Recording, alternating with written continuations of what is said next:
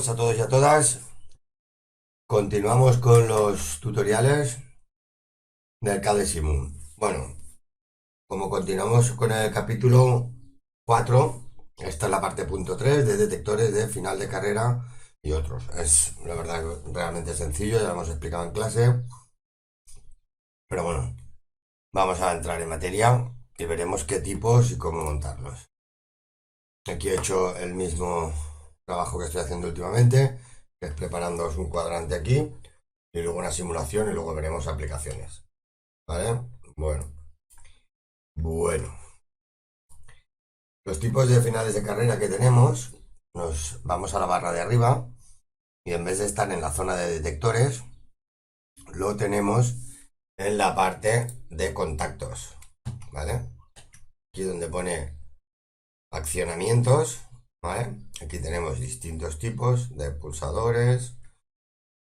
Y en la parte final, aquí donde estaba también lo de instalaciones interiores, donde están las conmutadas y tal. Y aquí lo que podemos ver son los finales de carrera, que tenemos normalmente abierto, normalmente cerrado, uno con doble cámara, una abierta y una cerrada, y luego una con una conmutada. ¿Correcto? Bueno, pues aquí los tenemos. Tenemos el normalmente abierto, el normalmente cerrado, el normalmente abierto. Aquí tenemos el de doble cámara, que tenemos un común, bueno, no un común, sino el contacto del 11-12 y el 13-14, es decir, este lo podríamos utilizar si por arriba las líneas fueran distintas, ¿correcto? Podríamos tener aquí una señal de fuerza, por ejemplo, a 230 voltios, y aquí pues trabajaríamos con otra tensión de 200, de 24 voltios, por ejemplo. En cambio, si utilizamos la misma línea de tensión, pues podríamos utilizar este. Si quisiéramos dos salidas distintas, pues utilizaríamos este, que tendríamos un común, pero que nos daría uno o nos daría otro dependiendo de la presión de si está accionado o no está accionado. Esto en los finales de carrera, es decir, es muy análogo, más que un final de carrera, a un sensor, es más parecido a lo que serían el interruptores, pulsadores, pues nada, lo que han dicho, accionamientos. Luego, como era este apartado, habla también de otros son otros sensores que podemos utilizar en este programa, pues son los que se dedican a la parte de fluidos, en este caso neumática, que están aquí. Vamos a detectores y son el grupo que último que nos quedaba. Llevan una P, los de presión, y una V, los de vacuostato. Es decir, esto sería de presión positiva cuando hay presión y esto sería presión negativa cuando tenemos un vacío. ¿Correcto? En neumática, por ejemplo, se trabaja con una presión nominal de unos 6 bares de presión, llegando hasta entre 8 y 10. Y en vacío, pues depende de la aplicación, pero bueno, con mucho podéis ver menos un bar de vacío. ¿El vacío para qué se utiliza? Os preguntaréis algunos. Pues se utiliza muchísimo para el tema de ventosas. Por ejemplo, en el sector del automóvil, en el sector del plástico. O sea, se ve mucho para cuando tenemos una superficie plana. Para poder coger la pieza en automatización se utilizan muchísimo, muchísimo. Entonces, pues se acercaría una ventosa acoplada a un sistema de brazo, a un neumático eléctrico, lo que sea, se activa el vacío y la ventosa cogería y cogería la pieza en particular, la elevaría y la movería. Eso hay muchas aplicaciones. Esto es un caso. Bueno, aquí tenemos los presostatos y es igual que los otros sensores que hemos visto ya, inductivos, capacitivos, etcétera. Podemos configurarlo a 2 hilos, ¿vale? Normalmente abierto, 2 hilos, normalmente cerrado, ¿vale? O lo podemos poner 3 hilos, normalmente abierto, PNP, 3 hilos, normalmente abierto, NPN, que os recuerdo del otro tutorial, cuando era PNP, la salida era positiva, es decir, la tensión que alimentaba aquí saldría por aquí. En este caso son de corriente continua, que aquí lo dice más, menos. En el caso de los NPN, tendríamos la salida negativa, es decir, esta de aquí. En este caso habría que, si la carga fuese una bombilla, en este caso a la bombilla le pondría un neutro, un negativo constante, y en el caso del NPN le pondríamos un positivo constante. Bueno, pues lo mismo lo tenemos en este apartado de aquí, que son los mismos que estos de aquí, simplemente que son normalmente cerrados. ¿Ves? El mismo caso. Y luego, pues nada, también tenemos la configuración lateral para hacer pues, el esquema de otra manera. ¿Correcto? Tenemos dos hilos normalmente abiertos y tres hilos PNP, y luego podríamos tener el tres hilos NPN. Esto los presostatos, es decir, estos los que me medirán en el momento lo utilice, me dirán cuando hay en una línea presión. Por ejemplo, en un sistema, para hacer un sistema automatizado de cuando arranca la línea neumática, siempre hay un presostato que le indica al controlador, al sistema, al automata programable o al sistema de control que tengamos, y si fuera de lógica cableada como los que hacemos aquí, pues lo mismo, ese nos daría una condición inicial, es decir, yo no voy a poder poner en marcha contactos, bobinas y otros tipos de movimientos si no me cercioro primeramente de que tengo presión en la red. ¿Correcto? Es como medir la tensión. No puedo poner a hacer cosas si no sé seguro si tengo tensión. Pues esto es igual, sería igual. ¿Vale? Y luego tenemos los vacuostatos. En los vacuostatos, eh, os he puesto estos tres ejemplos iniciales, que es decir, como si fuera esta columna de aquí. Dos hilos normalmente abiertos, ¿correcto? O tres hilos normalmente abiertos PNP, o tres hilos normalmente abiertos NPN. Es exactamente igual que este bloque de aquí. Y aquí os he puesto, sírvase de ejemplo, la configuración del presostato. ¿A qué me refiero? A que no quería volver a ponerlos todos otra vez, porque me parecía ya un poquito exagerado. Entonces, para que veáis que tenéis las mismas configuraciones. Si quisierais tener un tres hilos normalmente cerrado PNP, también los tenéis. ¿Correcto? Recordad que, por ejemplo, para poner uno de estos, pues yo, por ejemplo, imaginaros que quiero poner un vacuostato normalmente cerrado de tres hilos. Pues nada, entraría, lo dejaría aquí, picaría dos veces y le diría, pues mira, el vacuostato le voy a llamar vac 1, por ejemplo. Resulta que quiero que sea normal, a tres hilos y la salida la quiero negativa, por lo que sea, ¿correcto? Vale, pues aquí lo tendríamos. Aquí tendríamos ya la salida, ¿vale? Y como bien dije, en este, como es NPN, pues nada, aquí lo que tendríamos que ponerle es al elemento de señalización, le pondríamos, pues, por ejemplo aquí, si yo aquí le voy a poner positivo, y le pongo un positivo, aquí le pongo un negativo, positivo, aquí le pongo negativo, ¿vale? Aún habrá alguno que está pensando, ¿y ahora que le pongo? ¿Ahora que le pongo? ¿Ahora que le pongo? Como era NPN, ¿vale? Lo suyo sería pues ponerle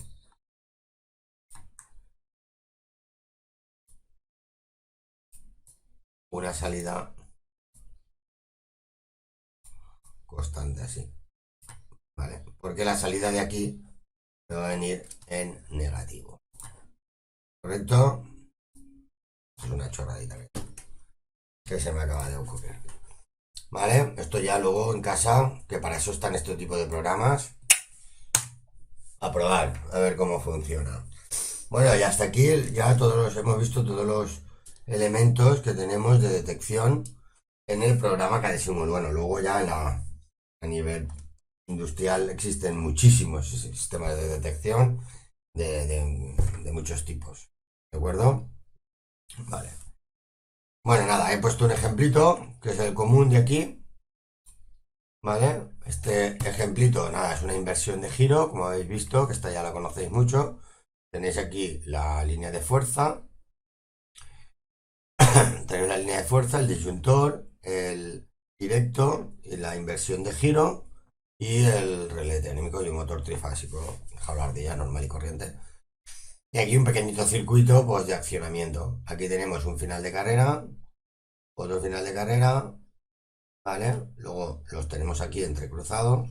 para la seguridad, también la seguridad eléctrica y los contactores. ¿Mm? Pues nada, le damos el play. Aquí los teníamos ya puestos, este circuito ya lo conocéis bastante bien. Entonces, como para hacer siempre pruebas de estos tipos de esquemas, os recomiendo que utilicéis algún elemento del simulador que se pueda mover. En este caso, esto. ¿Y por qué os digo esto? Porque si no sois vosotros con el pulsador el que tenéis que ir haciendo esto. Y como veis, tú le das, pero no mantiene el estado constante. Por lo tanto, lo mejor que hay es utilizar un sistema, aunque no sea exactamente igual a lo que queréis ver, pero que se asimile para que haga una especie de simulación mecánica de qué es lo que queréis. Si por ejemplo tuviésemos dos o tres accionamientos que coinciden, no seríamos capaces en un momento dado de ver nuestra secuencia. Por lo tanto, siempre hay que buscar elementos como este del motor lineal o cualquier otro que pueda asemejar el movimiento que queremos nosotros simular. Correcto, porque si no, luego esto no actuará conforme queremos. Bueno, dicho esto, vamos a hacer una prueba para que veáis que de momento no cargo el disyuntor este, pero como aquí sí que tengo todo cerrado, tengo alimentación en el sistema de maniobra. La condición inicial que le digo, en este caso, es que el final de carrera número 1 esté activo. Aquí está activo. ¿Vale? ¿Qué problema tenemos en este caso? El problema que tenemos es que si... Pero esto como sirve para ejemplo, pero ya os lo digo, os lo adelanto.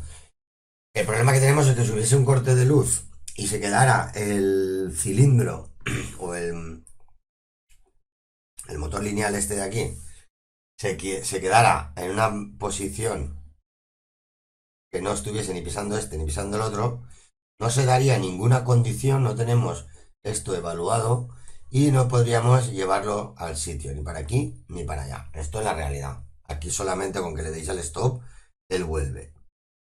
¿Vale? Bien, vamos allá. Probamos, lo tenemos en play, le doy al SB1 que está aquí, pero también lo tengo aquí. Tac, tac. ¿Correcto?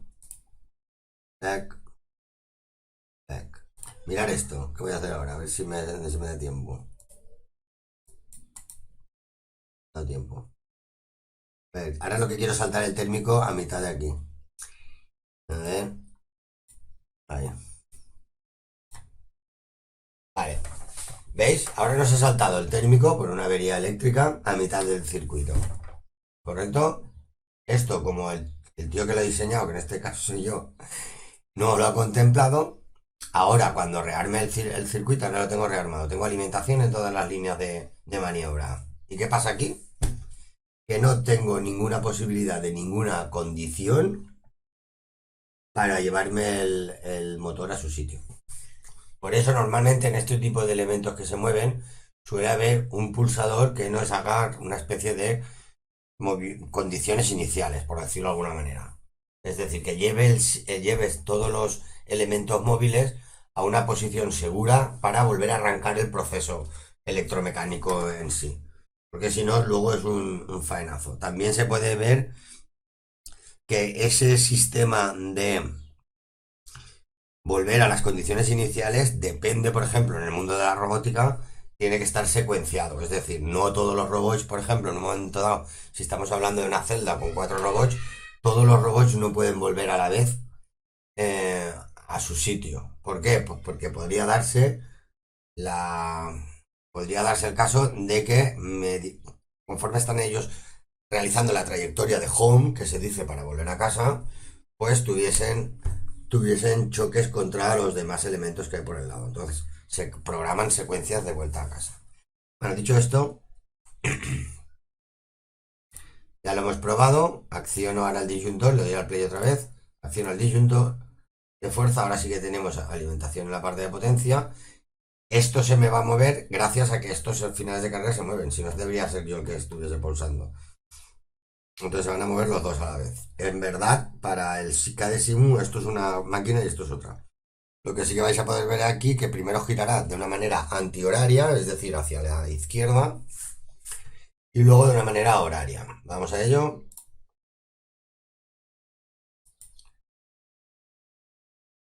Vale, voy a darle antihorario, horario. Antihorario, lo veis aquí, horario. Y nada más, antihorario y horario. Bueno, recordaros, ya que estáis ahí entregando prácticas y tal, que es sumamente importante rellenar bien el cajetín, ¿eh? Que no se os escape, que luego tienen las penas. Bueno, y nada más. Ahora os voy a enseñar una aplicación de este, que a lo mejor no quiero que os liéis, pero bueno, es una aplicación que se le puede dar para utilizar muchos finales de carrera, diversos finales de carrera. ¿Vale? Esto es electroneumática, se utiliza mucho en electroneumática. ¿Vale? Aquí tenemos un sistema de maniobra sencillo, que lo que nos va a hacer es lo que más me gusta a mí de todo el tema este de la mecatrónica industrial. Y son los sistemas secuenciados de producción. Y este pues es realmente sencillo. Cabe decir que todos estos sistemas, si hoy en día lo hiciéramos, pues no sé seguro si utilizaríamos un sistema de estos. Normalmente utilizaríamos un relé programable, un autómata pequeño. Y bueno, os explico más o menos esto para que no os líen mucho. Esto son cilindros, en este caso es el cilindro número 1, ¿vale? Este es el cilindro número 1 y el cilindro número 1 tiene un sistema, perdón, el cilindro número 1, esto es un émbolo, esto es el émbolo que se llama, ¿vale?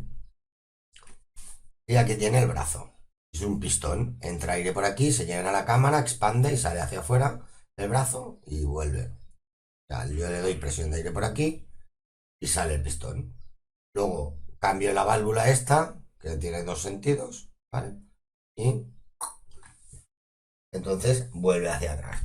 Para que os hagáis una idea, para los que no entendáis o no sepáis qué es la neumática, neumática es otro sistema energético que se utiliza en industria para realizar movimientos y movimientos lineales y rotacionales. Tenemos de todo. Hay tipos de industrias que lo requieren muchísimo, donde hay problemas con la electricidad, porque la electricidad puede ser un riesgo, donde haya pues gases y cosas de estas. Y luego, para según qué movimientos, pues es mucho más eficiente utilizar neumática que electricidad. Más barato y muchísimo más simple. Lo que sí que se utiliza hoy en día es la neumática por sí, con el control neumático, no, sino se utiliza como lo que tenemos aquí, lo que se llama la electroneumática. Es decir, los reguladores de aire, que son estos de aquí, y el control del accionamiento, que es esto, que se llama una electroválvula, en este caso sería una 4 vías, ¿vale? Y ya todo el control se haría eléctricamente. Esto es una bobina, un solenoide, que se acciona mediante una señal eléctrica, igual que accionaríamos un K, este de aquí. Bueno, os explico un poquito la parida que se me ha ocurrido a mí para, para enseñaros un poquito una secuencia. Mira, esto hay que darle mucha imaginación al asunto. Y tenemos aquí una secuencia, a ver si lo puedo encuadrar bien. Vale, aquí tenemos un cilindro que es un pistón. Esto es una mesa de trabajo, puesto que es un cuadradito negro, y esto se supone que es una pieza, ¿vale? Bueno, esto no se mueve porque este programa no tiene esa gracia. Bueno, este pistón, en el momento salga, nos hará pensar, que empuja esta mesa, esta pieza de aquí, un poquito más adelante. Esto de aquí es un cilindro sin vástago, que se llaman. Son cilindros que él se mueve también, ¿correcto? El émbolo se mueve, pero se mueve y no tiene un cilindro que ni que salga por aquí ni por aquí, sino lo que hace es que sale, este plato de aquí se mueve de derecha a izquierda, ¿vale? Bueno, cuando llegue este, en teoría este pone la pieza encima de este mueve hacia aquí. Cuando está hacia aquí, este pistón baja, en teoría, para coger esta pieza. Y aquí os enseño lo que es la ventosa. Esto es una ventosa que hay que, con mucha, mucha, mucha imaginación, hay que entender que esta ventosa de aquí la tenemos aquí, ¿vale? ¿Qué haría esta ventosa? Bajar hasta aquí, activarse, chuparía la pieza de plástico que tenemos aquí y entonces la elevaría. Y entonces el sistema vuelve a empezar, ¿vale? Ha sido una cosa nada, que no tiene ni tampoco mucha aplicación práctica, simplemente que yo lo que quería que vieseis y que tengáis en casa para ir jugando con él es un circuito electroneumático que he montado aquí, pues unas condiciones, veis, ostras, y este porque ha hecho esto y este porque ha hecho lo otro, ¿vale? Bueno, os lo explico así rápidamente. Aquí tenemos finales de carrera que nos dicen cuándo está el pistón detrás y cuándo está delante. Finales de carrera, final de carrera, final de carrera, final de carrera. Y lo que me hacía mucha ilusión era, bueno, ilusión, quería ver cómo intentar poner un vacuostato. El vacuostato lo que nos dirá es que cuando se active esta válvula y le dé paso aquí, aire, un vacuostato, esto funciona por unos elementos que se llaman defecto Venturi, que eso supongo yo que lo veréis en alguna asignatura, ¿vale? Entonces, cuando esto aspira aire hacia aquí, es decir, crea vacío, el vacuostato me dará una señal. Entonces sabré yo cuándo está. En verdad, esto nos indica cuándo hay vacío y también cuando el vacío coge la pieza. Podemos tener dos taradas. Es decir, lo normal es que el vacuostato se active cuando ha cogido la pieza, porque es cuando ahí sí que aumenta la depresión. ¿Vale? Seguimos. Vamos a ponerlo en marcha. Bueno, explico aquí un poquito. Aquí tenemos la I11, que es la de este elemento, sería la del cilindro 1. La I3, que sería la del cilindro, la del actuador. Aquí le he puesto actuador, ¿vale? Actuador porque es un actuador lineal. Este no era como un cilindro de estos. Entonces le he puesto otro, que es una mesa, actuador mesa. C1 prensa, y este será C2. No lo he puesto nada más. ¿Vale? Y ahí tenemos una electroválvula que activa este activa este, el I21 activará el pistón de bajar y la IV1 nos activa el vacío. Y aquí hay una secuencia, es muy sencilla la secuencia. En verdad aquí tenemos lo típico, la marcha y el enclavamiento para que funcione esto. Y tenemos una bobina auxiliar. Al tío, al programa, ¿qué le digo? Pues le digo, cuando yo le dé a marcha, si se da esta condición y esta condición, actívame cada uno. Pero claro, se me tiene que dar estas condiciones, que es que este pistón esté en su posición inicial, que este pistón esté en su posición inicial y que este pistón esté en su posición inicial. ¿Cómo lo sé yo? Gracias a los finales de carrera que ahora bien ya sabéis utilizar. ¿Vale? Bueno, una vez activado esto, KA, ¿correcto? KA me activará la primera válvula. O sea, en el momento esto se cierre, se dé, me activa I11 y hace que el pistón salga. Cuando sale, actuará sobre el final de carrera 2 y el final de carrera 2 actuará sobre I3 y la pieza se moverá. Al moverse, actuará sobre el final de carrera 6 y entonces el final de carrera 6 activará I21. Cuando active I21, bajará el pistón, ¿vale? Y cuando baje el pistón, activará FC4, que pone aquí, ¿vale? Cuando FC4 se active, ¿correcto? Entonces nos activará la válvula de vacío y también nos activará esto de aquí, este elemento de aquí, que es un relé auxiliar. ¿Por qué un relé auxiliar? Porque necesito que durante esa bajada, que no, cuando él baje y esté subiendo, cuando sube el pistón, mantenga el vacío en marcha. Entonces necesitaba hacerle una realimentación con una bobina auxiliar, porque los solenoides no tienen contactos auxiliares. Repito, los solenoides, la bobina de solenoides no tiene contactos auxiliares. No es un elemento de accionamiento eléctrico. Vale.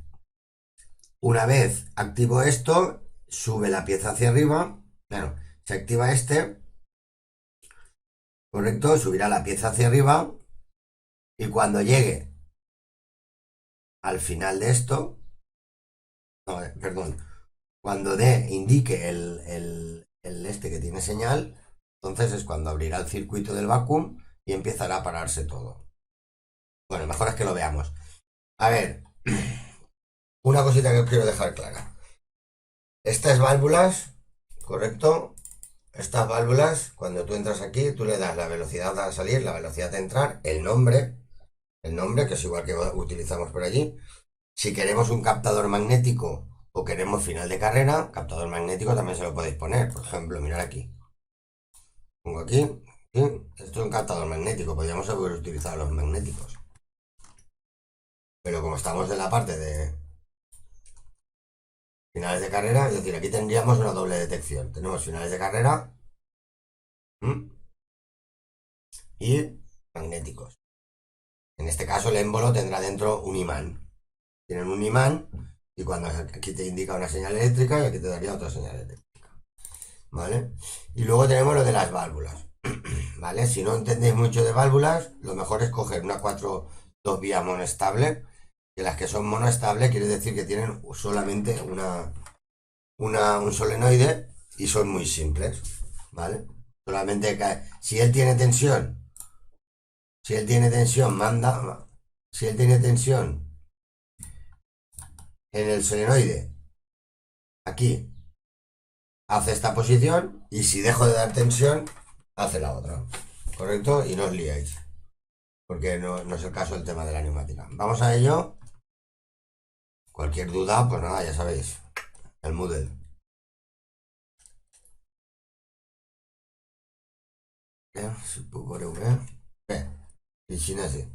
Bueno, aquí vemos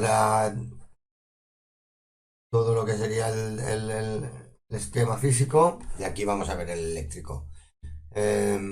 Vale, otra cosa más. He tenido que regularlo al 5% y veréis la velocidad que lleva. Al 100% tiene que ser la leche. Si acaso lo pondremos y me río un rato. Vamos allá. Sale el pistón, hemos perdido una, ganamos otra. Fijaros muy bien en los fluidos, cómo va entrando la presión en azul oscuro. Ahora se ha conectado el vacío, ¿lo veis aquí? Cuando llega arriba vuelve a empezar. ¿Vale? Nada, esto es una secuencia que no tiene, vamos, uno que entiende de neumática dirá, ¿eso para qué lo has hecho, Fabián? Ya lo sé.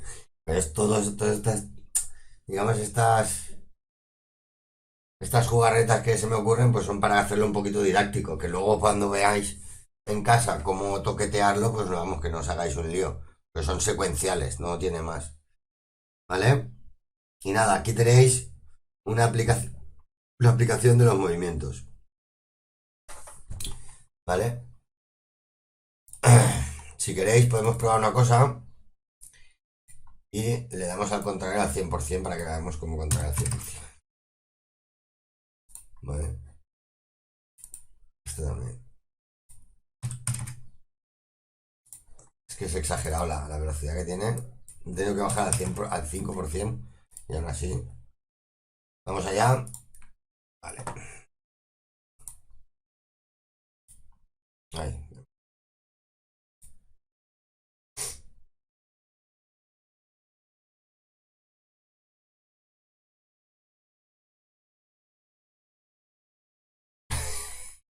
Y lo hemos visto.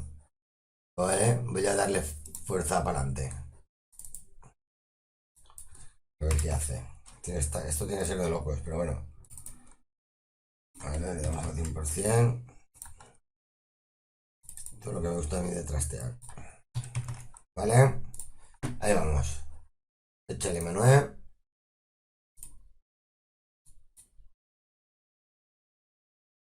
Va demasiado fuerte. Bueno, aquí termina esta parte. Solo nos queda, creo, la de los temporizadores, que también la tengo ya preparada. Y nada más. Nos vemos dentro de nada por clase. Saludos a todos y a todas.